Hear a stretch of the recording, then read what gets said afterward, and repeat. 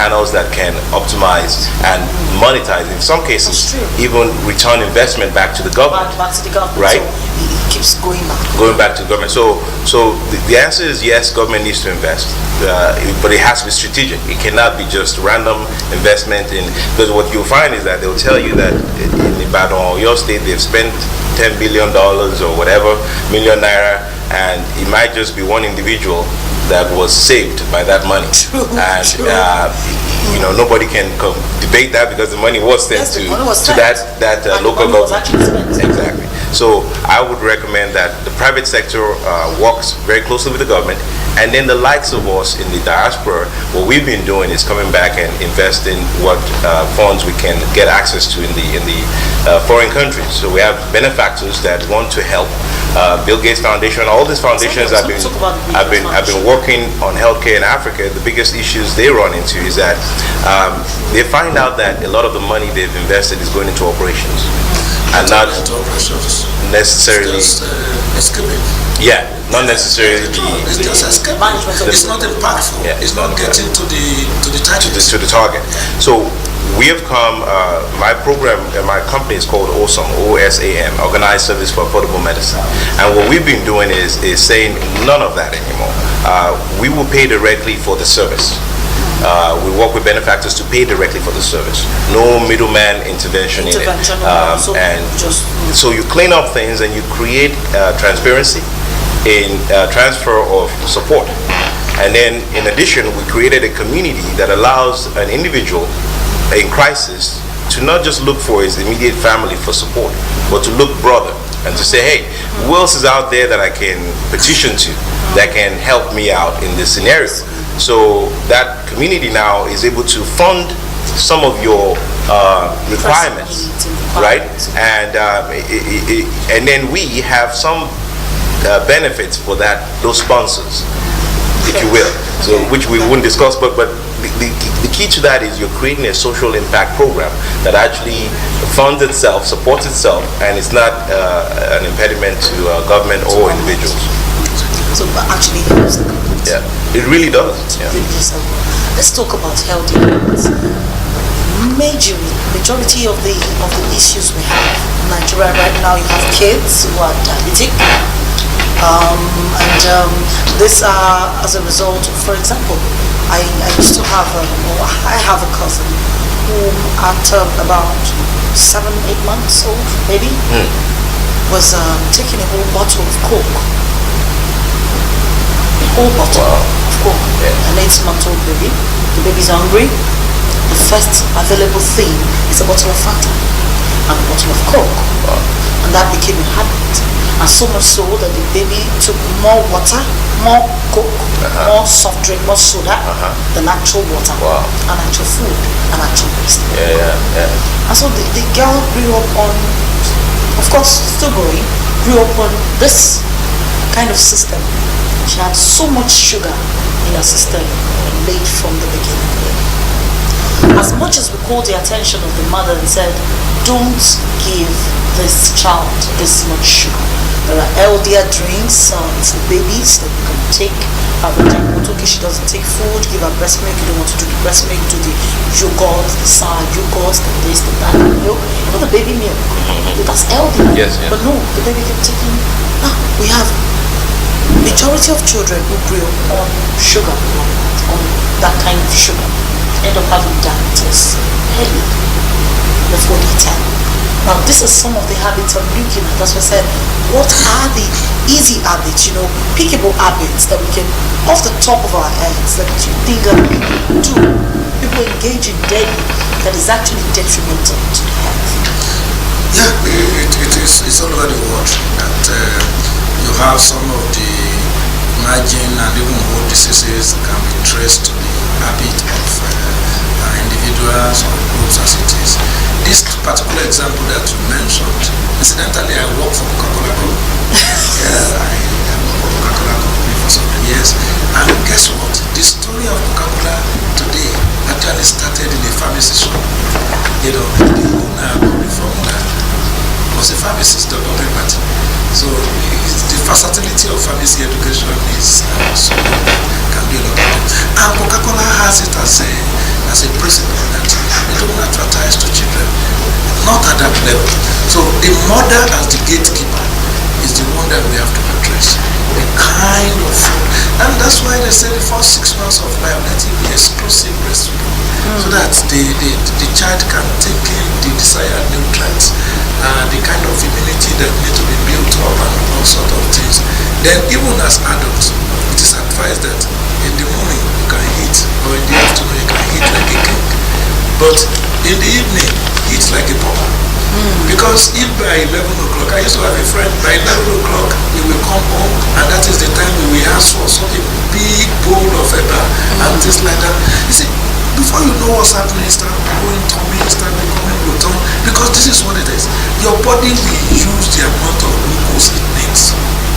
And the remaining one, it will convert to fat, especially at night, where you have more of anabolism compared to catabolism. Because, you see, the body needs a store of energy. All these things that we are doing, all the thought that we are doing, we are expending energy. So when you are sleeping, the body is building it up. So if the raw materials are so hot and they are so complex, it's going to use it. It's going to use it. And the one that is needed, the other one, you now convert to fat. And that's why you have some done all sort of things. And, hey, why can you fast for some days and you will still be alive without eating? Because the body is so question. That's a good question. Those fats that have been stored, it converts them. It starts breaking it down. Yes, convert them again. Until at a point, there is nothing to convert it. And that is why you see all those things. So really, it's important for people to. So we've talked about food, eating late at night and eating particular kind of food. So late at night, it has advisable that 6:30 to 7. So if you've not had your dinner, you can be in the hold up and whatever. But if you are disciplined, that kind of thing. The time that I actually wanted to do in the evening, once I'm late, 8 o'clock, 9 o'clock, I take fruit salad. I don't like it.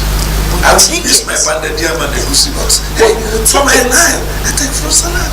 At times when I get out of control and start eating those stuff again, you get your stomach back and things like that. You don't need it. For instance, on culture, Yoruba, for instance, they say, "Agbati Oyoku, Ahunloni," and then the people are saying, but it's not true. Your big stomach is actually killing yourself in the stomach. Yeah, you need to really be fit. You need to do exercise. It is advisable that you walk at least 45 minutes in a day. That's what is advisable. What people do at home. I try to walk from my office home just to be able to meet up with the kind of work that we need to do. So eating well, living a healthy life is a very good thing that we need to do. And we have to sleep. The body needs sleep. 6 to 8 hours a day. To find it. Because even if you are doing all these things, you don't sleep. Interesting. I want you to talk about one healthy habit. It was very practical. Talking about myself. One healthy habit that you engage. Jog every morning. I jog for an hour every morning. And I'm still not slim. But it's interesting because you see skinny people in some parts of the world have the worst cholesterol, and this has to do with the fact that they think because they're skinny, their cholesterol is not bad. Cholesterol is the pile up of greasy stuff in the easiest way in your system, and it's normally the root cause for most heart attacks and several other things people have. So cardio is by far the best remedy to a lot of things, because even if you eat bad, which you shouldn't eat bad, but say you do eat bad, exercise it. So say you do eat pounded yam at night, pounded yam and egusi soup with a lot of meat. Yes. Because that's the next thing you're going to talk about. A lot of meat, very packed, big chunks of meat. But you need to do that. Yes, because I like my food, right? I don't. I like my food. So the price of that, the cost of that is that you work out more. You have to exercise more. You have to be conscious of it. You see, for those that have access to technology, they can leverage that. There's Fitbit watches you can wear to count your steps, to let you know that you've done enough for the day, to burn the calories you've taken in. Your heart right? rates. And but for those who don't, in rural areas, people who don't have access to some of these things, I just recommend you just exercise. And because you can't control what their kid is, I don't know, you can by making sure you cook the right meal. But say you missed all of that. If you have a lifestyle of exercise. Guess what? In the rural areas, especially before now, they are always engaged in activities. That's true. That's true. Yes, they do walk hard work. home to their farm. Well, that's true. Usually long distance. And they walk back That's true. That's true. every day. So they are always engaged. So even if they take this somehow, they keep running. Yeah, But there's a generation that thinks that having access to Coke and Fanta is how they are able to bless their children more than the previous generation. That we couldn't drink Coke every time before, but now we're drinking Coke every time we are successful. Yes, Yeah, exactly. So they need to dial that mindset back and say, access to all this sugar thing doesn't mean you're helping to show your child you love them, but it's actually causing the child long-term problems in the future. Let's talk about food quantity. Food quantity. People seem to assume that when you take paracetamol, you've solved all your headache problem. Yeah. So, as long as my body is take paracetamol, my body, and you keep giving. And now when it comes to food, parents seem to believe that when they have money, their children should eat as much, and they themselves should eat as much as they can afford to put in their plate. And then let's talk about meat. Quantity of meat. The quantity of meat we take in Nigeria for me, I think is alarming. Our food, if not well decorated, since we think it's an insult, we actually assume that for you giving me a plate of food, 2 pieces of meat inside of it. But how healthy is it? That's another habit. No, I think it's ignorance for you to really think that the quantity of the food that you eat determine how wealthy you are. No, it's not true. Those who are wealthy, they hardly think. So much. You see, the way our body is configured is that there is a place we call the reward center in our brain. When you do things that tend to support life, you are rewarded. When you eat, that is why you feel good when you eat, because the reward center in your brain is actually stimulated, because you need food to continue life. The same thing with progression. It is part of life that you need to continue, and you are rewarded when you do things that support life. Now, how much food do you need is a function of whatever it is and whatever. It is expected that you take something in the morning, maybe oats, fruit in the afternoon, whatever pleases you, where you can take it. Same thing in the evening, but heat it on time. Now meat, it is advisable that you avoid red meat for as much as possible. But that is the one that we heat more here and all sorts of things. Fish, we have fish. You see, what we need is protein, because they all play different roles in the body. The glucose that you need, the protein that you need, to do all those bodybuilding things. But it doesn't mean that it has to be this much before you can get what we need from the body. Okay, quite interesting conversation we're having here. If you're just joining us, you are tuning to AM Chat on MITV, and my name is Tomisin. I have 2 guests in the studio. On my right, I have pharmacist Lulu, and on my left, I have engineer Ajibola. Right here, we're talking about healthy habits that promotes health. And today's World Pharmacist Day, you may be wondering, why health? Why health? She talks about business and all, but everything that you do. Imagine that you have a whole lot of money in the bank account, and then something just happens and takes you to the hospital, and then you have to be in the hospital for, say, months, and your account keeps depleting and depleting. So everything we do is interwoven. Your business, your health, your family life, everything is interwoven. So we have to look at all spheres of life. So going back to engineer Ajibola. Yes. we're talking about, before we came into the show actually, we're talking about financing of healthcare.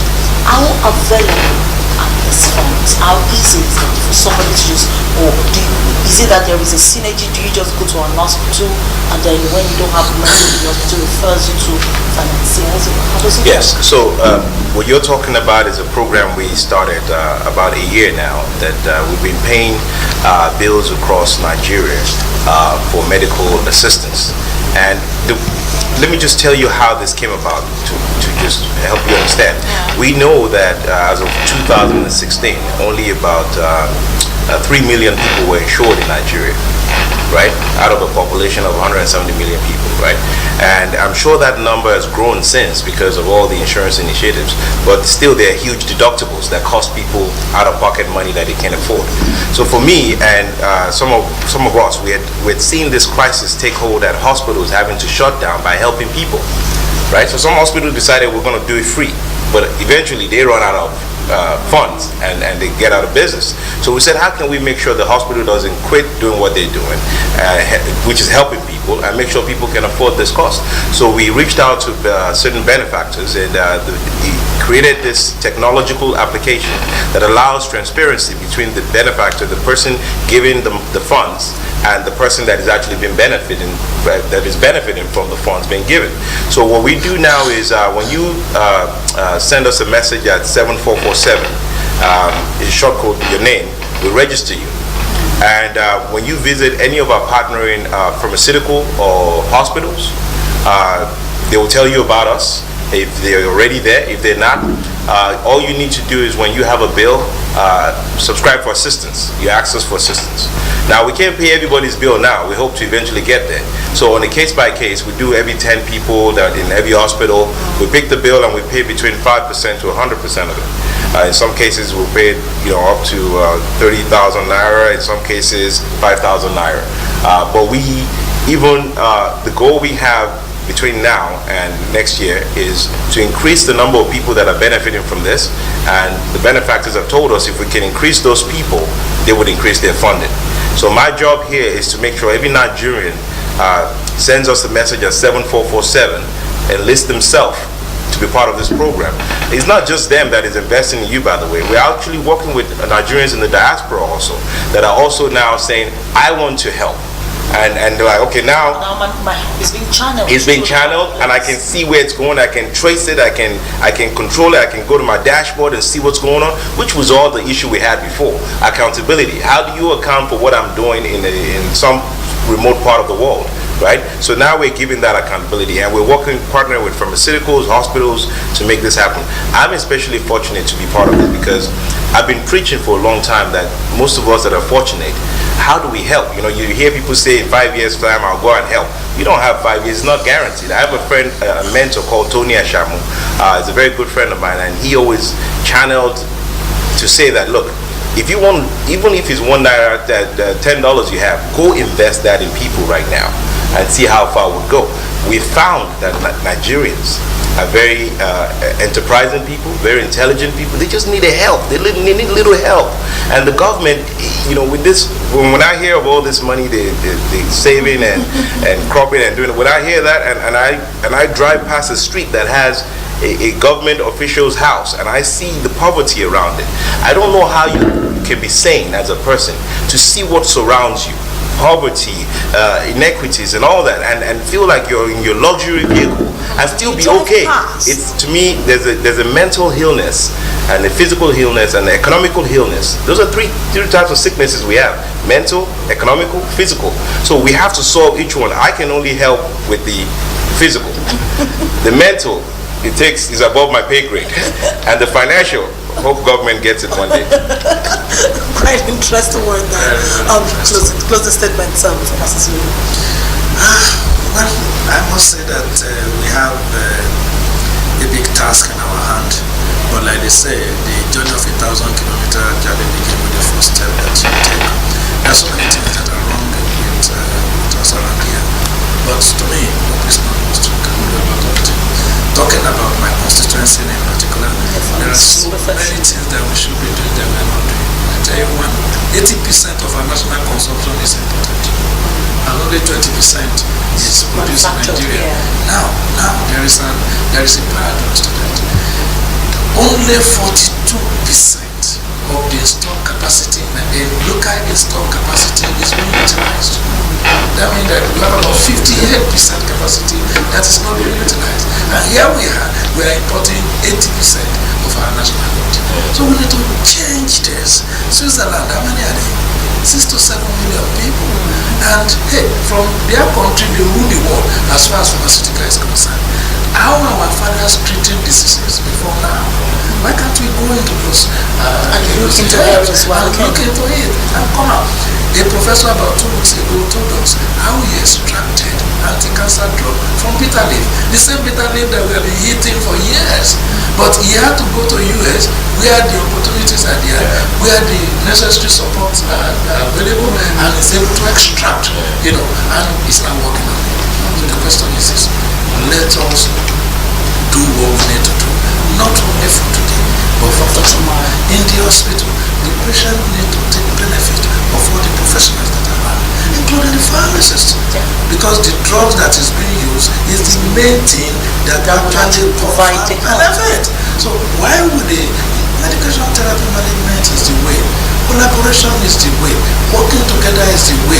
The pharmacists are there, they are resourceful, and they need to be given that opportunity to do what they are trying to do. Thank you very much. We're closing this segment. When we come back after this break, we'll start the next segment. Please stay with us. We'll be right back.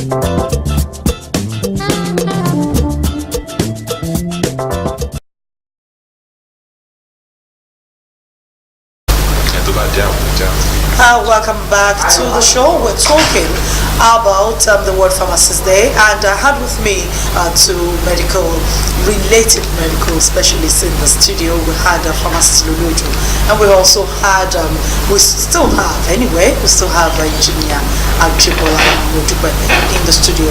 We're talking right now about the immigration of Nigerian youths, and we keep wondering, we keep asking ourselves, why do Nigerians, especially Nigerian youths, why do they feel the need to want to run away?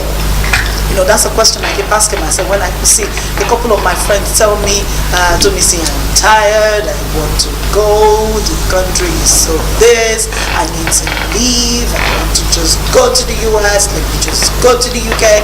And the drama is so much when they want to go, and they go to any lands, actually, any land, to ensure that it's you. And now it's particularly alarming because the middle class, the middle class, especially young people, especially people within the age of say 20 to say 40, are the ones leaving. And I keep wondering, what's the hope of Nigeria if this group of people want to leave Nigeria? What's going to happen to the rest of us? What's going to happen to the nation itself? How do we then survive? So I have with me in the studio another resource person and someone who deals with young people on a day-to-day basis. He talks to them, he mentors them, he speaks with people outside the country, speaks with people inside the country. He's the chairman export group of the Lagos Chamber of Commerce and Industry. His name is Mr. Dele Ayemero. You're welcome. How are you? Waiting for you. Oh, you're welcome to today's show. We had a conversation earlier and I was saying that Nigeria is lightening up. They just want to run away from the problem that seems to be all around. Why exactly do you think this is?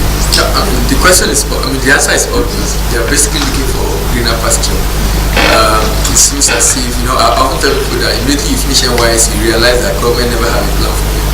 So if you don't have a plan for yourself, then you're on your own. So everybody, you need to find a way to just survive. So the reason why many people are living just to be able to survive. And sometimes, not that when they get there, the place is actually better for a number. For some it is, but for a number it's not. But they just want to get out anyhow and believing that whatever it is they found themselves doing there, as long as they're able to make a living there, they're just fine.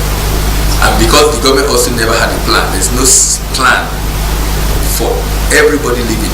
Look at the number of people graduating every year from college of education, polytechnic, and even those that didn't even enter tertiary institution. I can't say there's a plan for them. So if government doesn't have a plan for you, like other nations that have fantastic plan for their citizens, then you have to have a plan for yourself.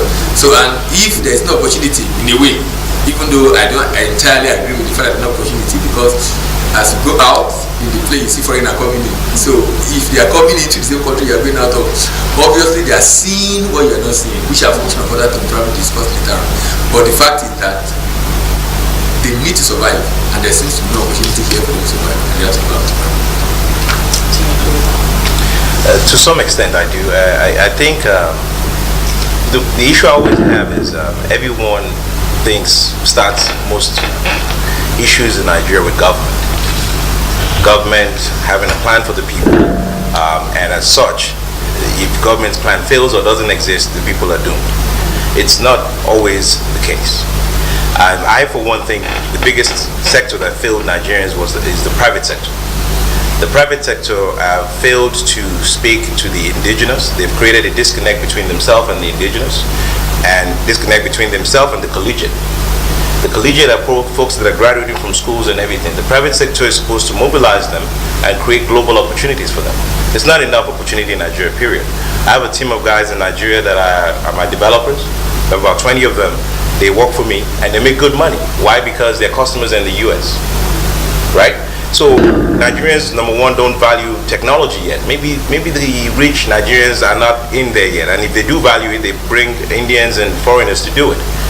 Well, because they actually do not believe in the they don't believe in the Nigerians, and the irony of it is the Nigerian resources are extremely good.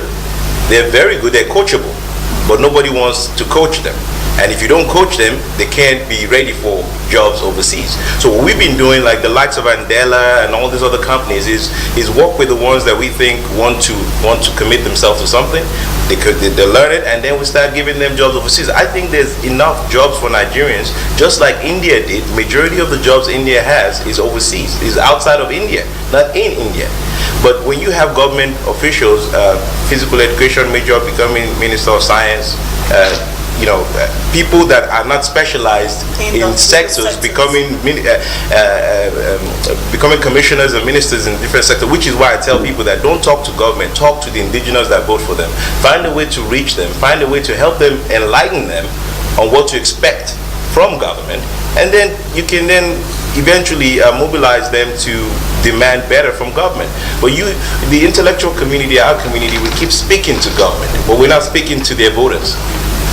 And I think that disconnect needs to change so that the likes of us, these young people, can stay and they know, they can understand what's happening globally. And if they do, they'll stay in Nigeria and get the job. If they can know where the jobs are, okay, are you telling me there's a job for me in America and I don't have to leave Nigeria? Let me know where now. That's what they ask.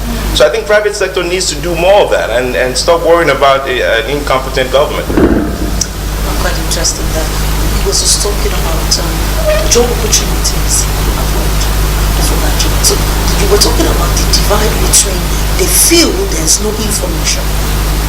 That's an information many people are not privy to, people are not aware of. Which means there are opportunities, as you said, foreigners keep coming in here, which means there are opportunities here for them.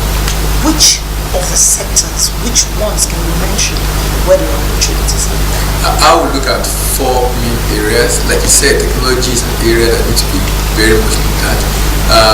Those that are going, not because there are no opportunities, it's because they can't see the opportunities. They can't see, and they never search for it also, because you only find what you're looking for. I mean, if you someone gave an illustration sometimes ago, I was in the building, I think it was number 20, and then it was asking the person that we got to this building when you were coming, do you know how many buildings were on the way? Can you count the number of buildings on both sides? He said, okay, can you tell me any landmark building you saw? And he said, no. I said, you won't find it because you're not looking for it. It's only what you're looking for, you find. So you find, you're not conscious of it. So the opportunities are there, no doubt about it. Because whenever there is underdevelopment, that's where the opportunities are. There are huge opportunities in Nigeria. So the challenge is our capacity to be able to see those opportunities that many people like. And so they need to search for it. So number one, I must accept there's an opportunity in Nigeria. I must accept that. If I accept that, then I search for it. You are chairman of the expo, so there must be opportunity. There are opportunity. So technology one, then agric. But when I say agric, I'm not talking about primary production. I'm talking about, I don't think we should have so many farmers in Nigeria. I think we need few farmers that are producing large scale and then have more small scale producers. I don't know if you understand what I mean. Yes, so someone was analyzing also recently about the number of farmers vis-a-vis the number of hectares. And you look at some countries like Canada, very large land mass, very few farmers. And they're feeding a lot of other countries. But here we have more farmers, but how much are they producing? So I think we need few farmers who have capacity to be able to produce large volume, but we need a lot of small scale value addition of processing. And in that way, what I think government needs to do is to have what they call incubation center. I think Lagos State has said something like that. If we can have that across different sets of local, and I mean every local government, where if I want to process a particular agri product, I can get my raw materials, take it there to process, brand it, and then sell. So that means I don't need the millions to set up the factory. So I just need enough for my packaging and my raw materials, and then I can start and then scale afterwards. So agric is a sector. Minerals also is another sector. Now for minerals, the technicality are higher than others, and then of course funding required are more. Now, so looking at technology, agric and minerals, for me, what I think connect them together is trade, and that's export. What he's doing is services. That's exporting of services. Unfortunately, in Nigeria, we're not documenting it. But a lot of that are happening in Nigeria right now with what Andela is doing and what he is doing and a number of people are doing. I know of IT company in Nigeria solving problems for people around the world. And that's a bit of technology for me, because I can be in my room and providing services to even large corporate. I mean, a friend was telling me some of the banks, I won't be able to mention them because on TV, some of the fantastic mobile apps in Nigeria are produced by foreigners in their room, in Germany. Because this particular guy actually went there, that guy has his office in his house, and but he has a fantastic website, and he's producing mobile app that Nigerian banks are using to drive financial services right in this room. So we're already exporting services. We just need to, like today now, government have document that for you to export in goods, but there are no documentation for you to export in services. And I think what they're doing needs to be documented, because that's what we need to have a data and show that look, this is really what we're doing, and then the world can probably begin to take us more serious, because as it is today, we're doing so much I think the only news people actually know about us all over the world is Boko Haram and the terrorist organizations. But we need to also be deliberate about it. We need to be very, very deliberate about what we're doing here. No, I agree. I couldn't agree more. 100% agree with everything you said. The only challenge I keep having is this. Every time government touches something, have you noticed what happens to it? It goes down.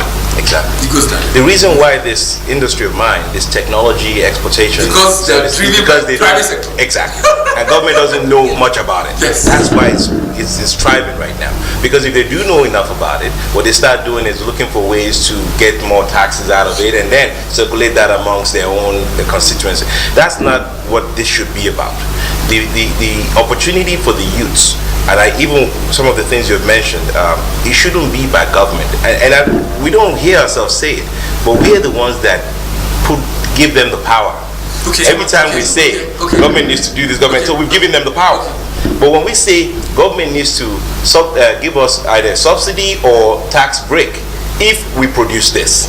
If so, private sector will be doing it, government will be an enabler to make sure that all your shipment goes flawlessly. No issues with registering your company. All of these things are what they should be doing, not investing in the project itself. The private sector needs to do that because the private sector knows how to go employ and make people accountable. When government employs, people are not accountable. People just sit there and collect checks and they don't even learn. They don't even gain skills.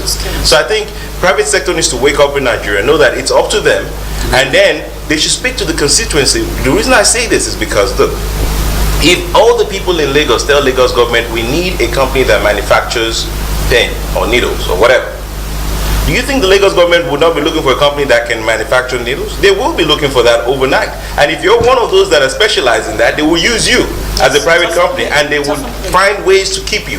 So in the US, Dell will go to a state and say we're trying to decide where we're going to take our new headquarters. The states will bid for their business, right? Because everybody wants them to be there. They will say, we'll give you this tax break. We'll even give you land. We'll give you all this, right? When companies have tried to do this with Nigerian government, the government parties are just looking for their own, they want to own half of the enterprise and own the whole thing. So there's more that is wrong with government than it is right. And I tell people, look away from government, look into private sector. And private sector needs to own the education of the people, not government. Private sector. You need to train them. You know, Industrial Revolution is what created educated Americans. It wasn't college, it wasn't universities. You take them into an industry, you teach them how to read, you teach them how to follow rules, they become civil citizens. Nigeria, there's no institution teaching anybody. A farmer, you give him money to go invest. He doesn't even know the first thing about investment. You tell people in the street to come take money to go invest. You have not taught them any structure. You have not put them in an environment that can mold them into responsible, accountable people. So I think private sector is what is needed for that. Anybody that government gives money to should first go through some rudimental process, internship, whatever it is, so that they see how people that are structured are using these things to build business, and they can then go do it on their own. But you don't just give things to people and say go and multiply. It's not heard of. So we've spoken about the agricultural sector, we've spoken about minerals, we've spoken about technology. What other sectors? I said trade. So having produced, the next thing is to think of trade, because we must make deliberate efforts to trade. I mean exporting now, because when we went into recession, one of the major reasons we went into recession is because we're spending more than we're earning, because our earning was majorly from oil. Today, as the last data showed that we're still around 95 oil, export, 95 oil, 5%, 4.9% non-oil. Now that's too bad for us, because that's why every time there's an issue in that sector, now it's going up, the price going up, oil price going up, so everybody's down. And it's like we're not learning from past mistakes. That is going on means that we should find a way of using that money, investing in sector, we will begin to grow that sector before it goes down again, because it's a cycle. It will come down at some point again. So as you see today, we're majorly exporting crude, but we can begin to export technology, can begin to export finished products. So Nigerians who are actually producing some of these items should begin to send them out. It's extremely important. You are chairman of exports. How easy it is to now, and why it appears not easy is because if I'm going to send it out, I need to do some modification. For example, if I'm on the street now, I'm in traffic, I'm going to pick up plantain chips. You're going to see that plantain chips inside a nylon, we put something on top, put the paper inside. Now, we might be able to buy it there because in this environment we have also accepted mediocrity so much. So, but it's going to go out, nobody's going to buy it. In fact, you can't even take it out. So the implication of that is, like you said, capacity building, training to understand exactly what you need to do to that product.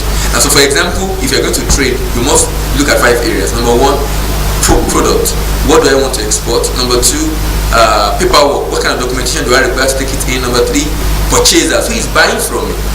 Who is buying? Number 5, pricing. Now, pricing requires a lot of capacity building, because if I get called from 10 people in a day, inquiry about trade, especially export, maybe like half will be talking about pricing, asking, okay, I want to ship this product to the US, what kind of price should I put?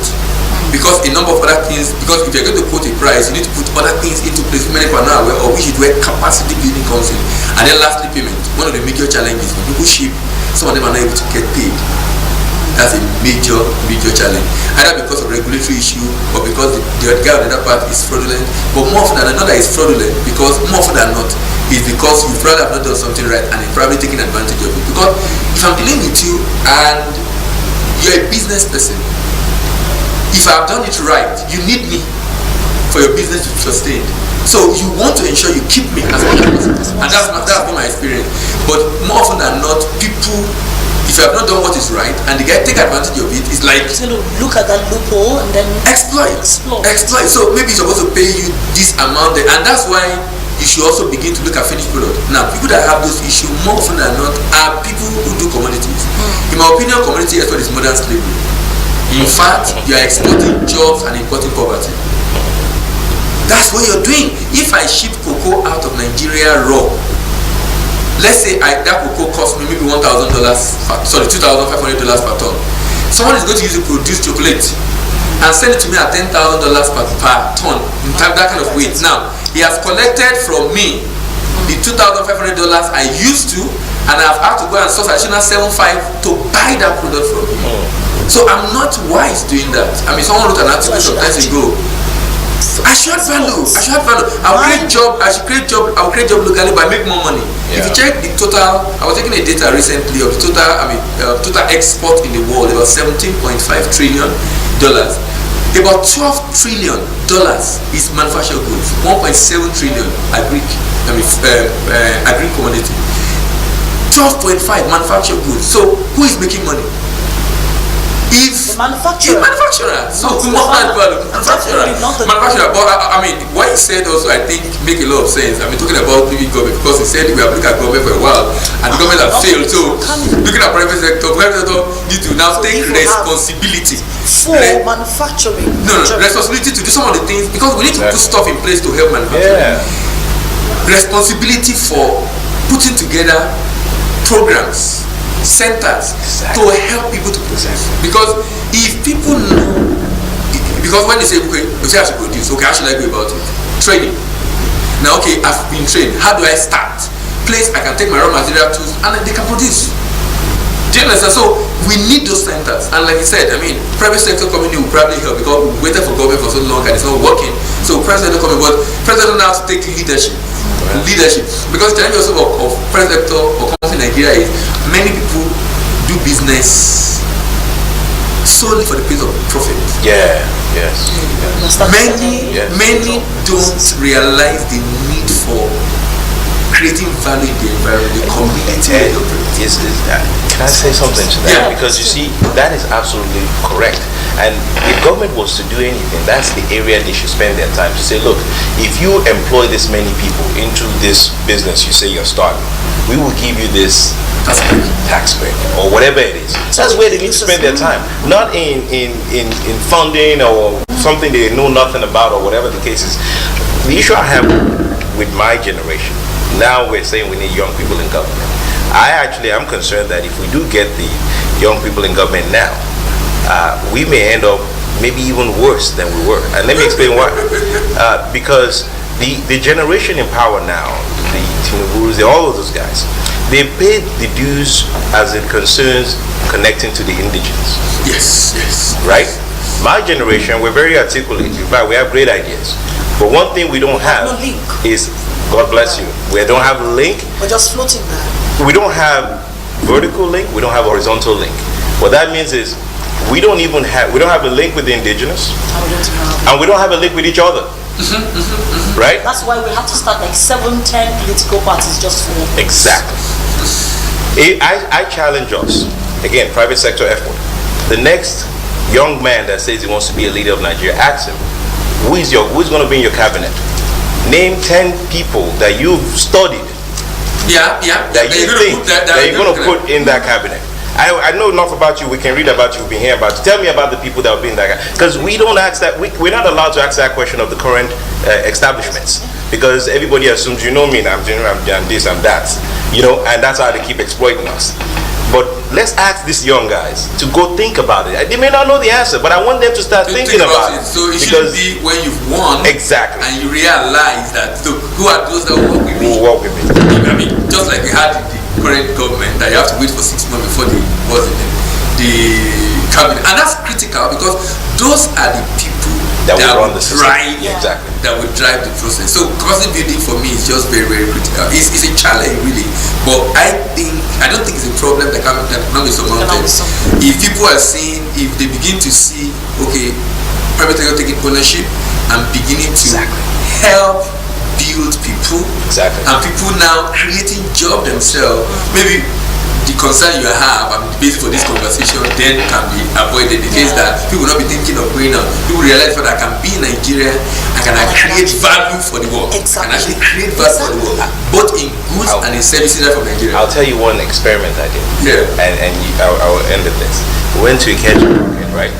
We had people to read some pamphlets, and we said we were coming back to ask some questions, and whoever could answer those questions we'll give 10,000 naira to. We got back to the market, and it was nearly everybody knew the answer to these questions. What does that tell you? And we gave 10,000 to one person, not everybody. That tells you that it's easy to reach people. We assume that these people, our group, needs to start reaching them this way. Give them incentive to learn something. There's no, we think, somebody gives them 1,000 naira to go vote, we're like, you're taking 1,000 naira. That man has been waiting for that 1,000 naira for a whole year, saying that, the election is coming and I have to get my 1,000 naira. And you, that you're speaking English, you have not given me anything. You haven't even said hello to me. In fact, you think I will stay in your outfit if I move close to you. So we have to connect back with the indigenous. We have to understand their problem, because you're going to be the president to them. They are the populists. It's not, you're not going to be a president to all these Instagram people and WhatsApp people. Those people are overseas, they're all over the place. You're going to be a president to these people, so you need to know them. Thank you very much for that. Closing statements. It's very important we realize the fact that going out is not really the solution, because if you really do not have capacity, if you go out, and then if you're able to create value outside, you still find yourself back to where you were before. Like I said when we came the last time, that if I'm going to build wealth, I must be solving problems, because when I solve problem, I create value. Now for me to create value, I must be competent, and for me to be competent, I must be skilled, which is why what I think young graduates should look for is training. What area, where am I passionate about? That area of passion, I build business with it, but first go for training. If you build capacity, it becomes easier for you to solve problems. So the challenge is really to solve problems. So I feel the NYSC allowance should be your seed capital to develop yourself to solve problems in society. If you develop yourself well enough, you will solve problems and then become easier for you to solve problems. Thank you very much for that. Brings quickly to my mind a question that I was going to ask, but which obviously we'll have to do some other day. Nigeria keeps training young people abroad, sending people, chooses a number of people, send them abroad, and when they send them abroad, they school there, they don't come back. And we pay for the school fees. We send them to school. We skill them in areas where we're not competent here. But when they go there, they don't come back with that intellectual capacity to invest here. They go somewhere else. And and they use our money to, I keep asking myself, some of the investments of governments, like, obviously to me right now isn't working. Okay, so we've been talking today about the World Pharmacist Day. We talked about healthy habits that you must have. Mr. Yemibo wasn't here, but I'll tell him that you should stop eating dinner at night. Stop eating. Yes, stop eating late food and stop eating every food at night. Please. You don't have to talk. No, you don't have to. You don't have to do it. No, so you can sit down. Don't take it out. And then sugar. Yes, I'm sorry. I mean, no time is go. I call it the big four. Sugar, avoid sugar as much as possible. Now, this is my first good business. Milk. I'm serious. Milk from animals. Milk from animals. Yes, milk from animals. Processed food, and hydrogenated oil. No comments. For what you just said, the biggest thing you need to do, Cardio, yes. As much as possible, get to become active. Jog every morning, walk, do as much physical exercise as you can, and you end up breaking down that sugar that you so much love it. But please break it down. I know it's not going to be easy, but I'm going to end with this two quotes. One from Colin Powell. It says, if you are going to achieve excellence in big things, you must develop the habit in little matters. Excellence is not an exception, it is a prevailing attitude. I'll take that again. That's from Colin Powell. If you're going to achieve excellence in big things, you must develop the habit in little matters. So don't underestimate those little opportunities that you've been given to prove yourself. Excellence is not an exception, it is a prevailing attitude. And I came across this very, very interesting one yesterday from our own chief of Bafemi Awolowo, and he said the influence which a nation exerts, this is talking about Nigeria, the influence which a nation exerts, the respect which it enjoys, and the prestige accorded to it on the world scene depends on two important factors: the size of its wealth and the caliber of its leadership. Granting an incorruptible, courageous, public-spirited, enlightened and dynamic leadership, the wealth of a nation is its strength. Remember, what makes us important on the map of the world is the size of our wealth. We've talked about business today, we've talked about health, we've talked about minerals, we've talked about export, we've talked about capacity building and the caliber of our leadership. So if you're a young person and you're out there and you're wondering, I want to get better, I want to travel outside Nigeria, Mr. Emigo, not Tomisin, says you have some opportunities that you've not seen, and you won't see them until you develop that capacity to see what other people are not seeing. You need to look deep into the society. There's a problem there for you to solve. Now you build capacity to be able to solve that problem. That's the much we're taking on AM Chat this morning. I hope you've enjoyed the show as much as I have. I have closing statements from my guest, Mr. Mudiba. Yes, I just want to remind everyone that to get access to the service that we're offering, you have to text us at 7447, but you have to add OSAM and your first name, which is OSAM and your name. Text it to 7447, and we'll enlist you into our healthcare sponsorship program, where we help you pay your healthcare bills on a case-by-case basis. Looking forward to helping as many Nigerians as we can. Again, text OSAM, your first name, last name, and to 7447. Thank you so much. That works basically like this. That works basically like OSAM Tomisin Ojo 27447.